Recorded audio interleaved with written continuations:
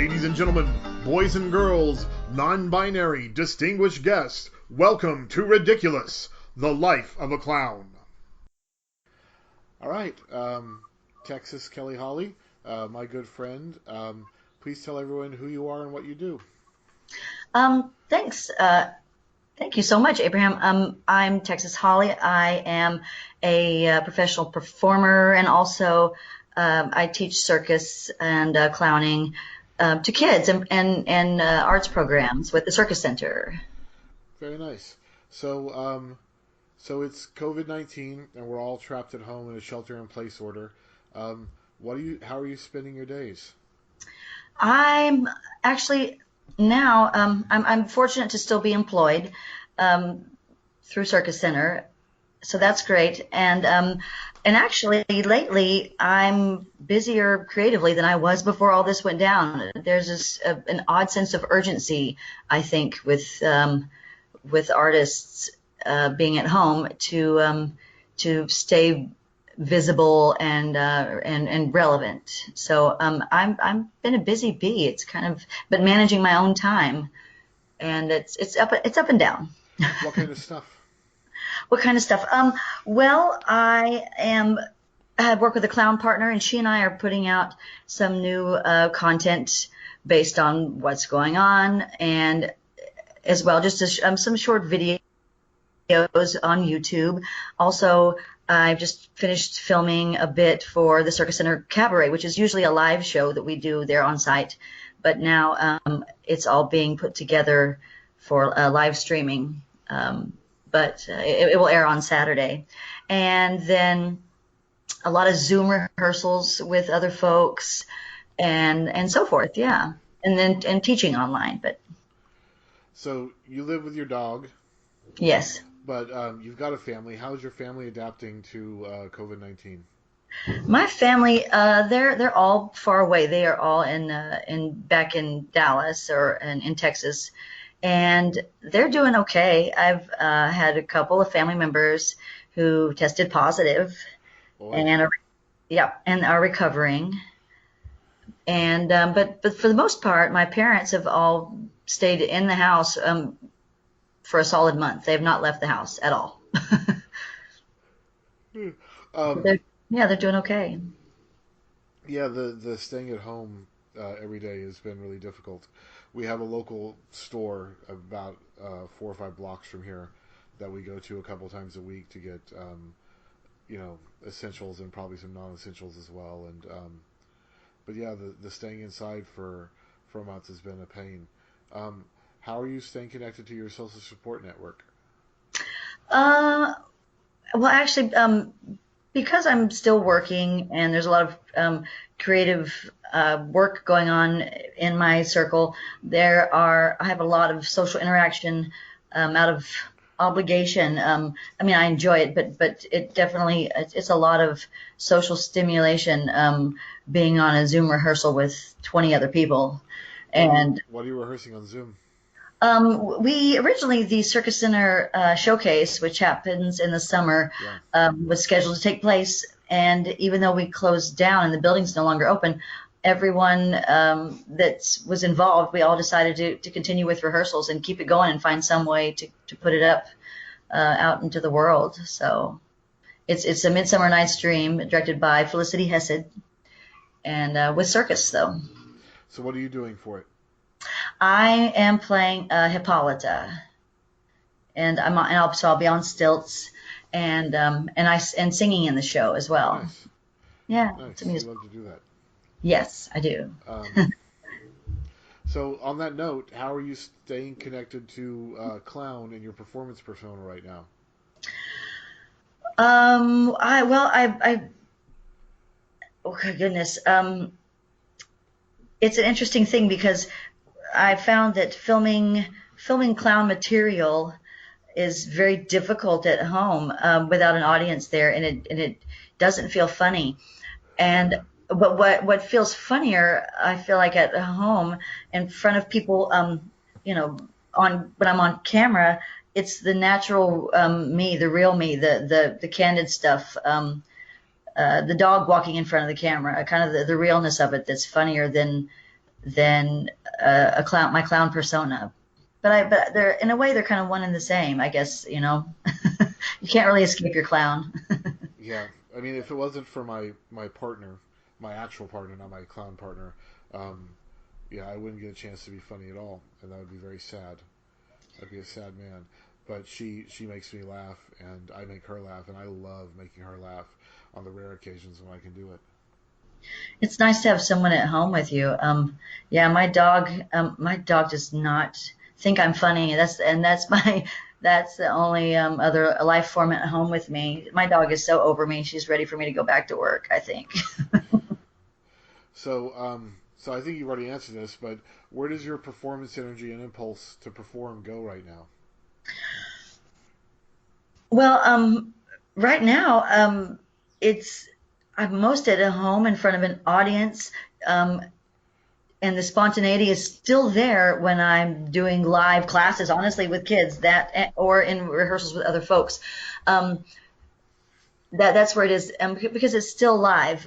I The clown material that I just finished trying to film for the cabaret that's happening at Circus Center, I know it's going to be edited, and it doesn't, and there's no one on the other end when I'm filming it, so it's not live, and that's it's a big difference in interacting with someone, even through a screen, because just playing to a screen is not quite the same unless there's someone on the other end watching you in the moment.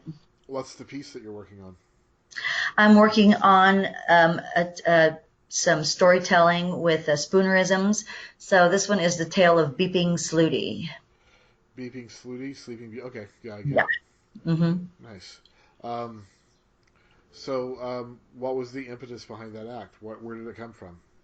That act came from, I originally did Rindercella, which I learned as a child watching Hee Haw on on television, and I'd forgotten about it, and then needed to pull it out at the last minute, and the audience really, really dug it. And I thought, gosh, this is just some little silly bit that I watched on redneck television as a kid, but changed it up a little bit and made it my own. And I was so familiar with it that I thought, well, I've already got this. Let's do it.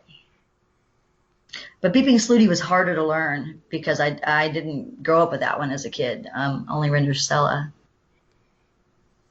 So it's taken some time to flip the words and get it right in one take. Well, and it's really difficult to know where those laughs are going to fall, not having an audience to work with, and what you Yeah. need to hit and what you need to emphasize. Yep. So, you had a couple family members who've tested positive. Anyone else in your life who's tested positive? Nope. And my family members that had tested positive, I was in the same state at them at the time, but they were pretty far away. But it's amazing how this is the new norm, and things that you didn't have to think about now we do. Well, on that note, um, you've got to be reflecting on your own mortality based on the state of the world. So, how how do you relate to your own mortality in relation to what's going on right now? Well, What have you been thinking about? honestly, I work also in outreach and community engagement, what have you. So being cut off from my outreach kids in that program has been really difficult, but I get it. Also, we have a grant with the city, and it's possible, not likely, but possible that city workers and people that do outreach like myself could very well be deployed to help out on the front line. I found out, and with some of the hotels where they're housing homeless people. So it. I personally get a lot of. I like to. It's good to be of use, and I get a lot out of helping people. But there's the risk is hard to. It's hard to navigate whether the risk is worth it or not, and what to do, because this is such a new thing.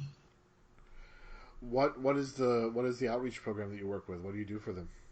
Oh, the outreach program is through a site. It's through Circus Center. We have a grant with DCYF, which is the Department of Children, Youth, and Families, and so I've got a circus program that's takes place at the Tenderloin Rec Center under another after-school program, and we offer circus classes, or we did, and hopefully we're getting ready to get those back up and get those kids doing some circus, but online. So. So what is the benefit of circus education for children? Oh gosh, social emotional learning. It's huge. It also helps with studies and connecting your brain hemispheres, but also teaches kids to work together, and it's self-esteem. It's endless. And circus is such there's so many things in circus. Everybody finds their own thing and they can own it, and it's empowering. It's amazing. You've been with Circus Center for a long time, like over a decade, yeah? Yes. Yeah. So, and what is your position there exactly?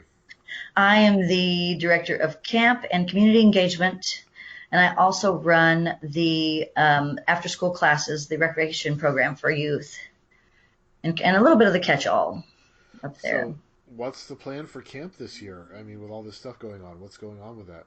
Well, we have Plan A, Plan B, Plan C, and it goes down the line. Right now, because Circus Center is housed in a building from the city, we get our lease from the city. We are under some of the restrictions that they have in place, and we wait for direction from the city. Now, most likely, I mean, there are a lot of organizations that are already canceling their full summers.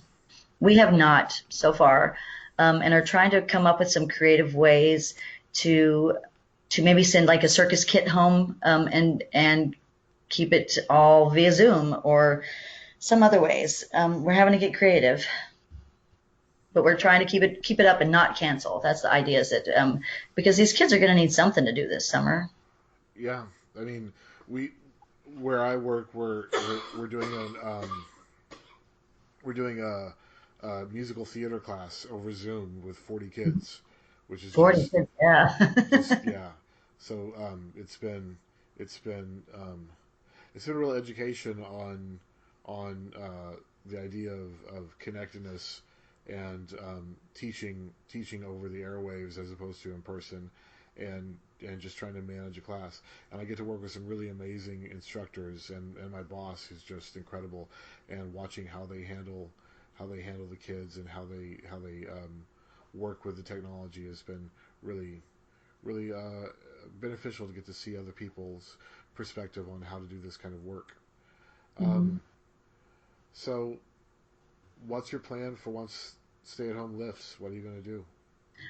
Um, I Goodness, that's an excellent. I mean, I'm gonna go back to my old normal, I guess, and and hopefully perform in front of large crowds of people.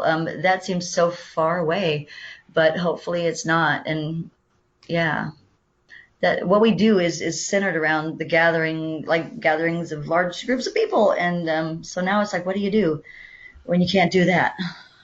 You gotta find a way. Yeah. Okay. Well, I guess that kind of wraps it up for the questions that I had. Anything you would like to share with the world before I let you go? Um, yeah, I think so. I think we all just have to let ourselves off the hook, because this is definitely weird, and nobody has the answers. I feel like that's kind of helped me the most. Is being okay with the bad days, and it's kind of like the golden mistakes that you find in clowning. You let it present itself, and stay in the moment. How are you handling the bad days? I let myself off the hook for it, and I try not to beat myself up mentally for not being productive, or or because it usually presents itself as where I just kind of hide and don't want to call people. But it's tough, Yeah. and I realized that other people, when I saw that other people were dealing with it as well, and it was a real thing, it was easier to let myself off the hook and just kind of Yeah, not to hold myself to unrealistic explanation or expectations or having to. Or unrealistic explanations either. Like it's the aliens who did it to me. It's their fault. They've been zapping my ether waves and making me want to sleep all day. Yeah, yeah, yes, and some days you have to just do that because otherwise you'll lose your mind and you end up in this little hole that's it's hard to crawl out of. So yeah. Yeah, it's a deep hole, but with very very small sides. I found that we've been sick, both of us here, Wow. and it's been many. I mean, even before that, it was sleeping. Doing this short run of the podcast about the pandemic was really something I came to after getting a little pressure from my partner to maybe stop sleeping so much and try and do something this Yeah, you have to time. just kind of throw a curve into the routine just to kind of Yeah. jumpstart it again. So yeah. Well, I hope you're feeling better soon. Yeah, we've both got a bad cough and a sore throat, but it's not COVID. It looks like, so we're probably fine. Um, okay, sweetie. Well, it was lovely talking to you. Yeah, thanks for having me. If people want to find you on the internet or find your work, where should they look for you? Oh, you should look for me. Oh goodness. I'm I'm working on my social media presence, but and also there'll be some the Circus Center Cabaret. If you go to the website or Circus Center's Facebook page at circuscenter.org, um, look, and I'll be performing on the cabaret in the cabaret Saturday night at 8 p.m. At circuscenter.org, Saturday night. What's the date? The date this Saturday is the 25th, I believe. Want me to Okay, go back? Yes. I'll try and get this up before then so everyone can go see it. Right on. Thank you so much. All right, it was lovely talking to you, Texas. Lovely talking to you. Bye bye. Bye. Thank you for joining us today on Ridiculous Life of a Clown. This program, as always, is made possible by your support through our Patreon, which you can find through www.picklewater.com.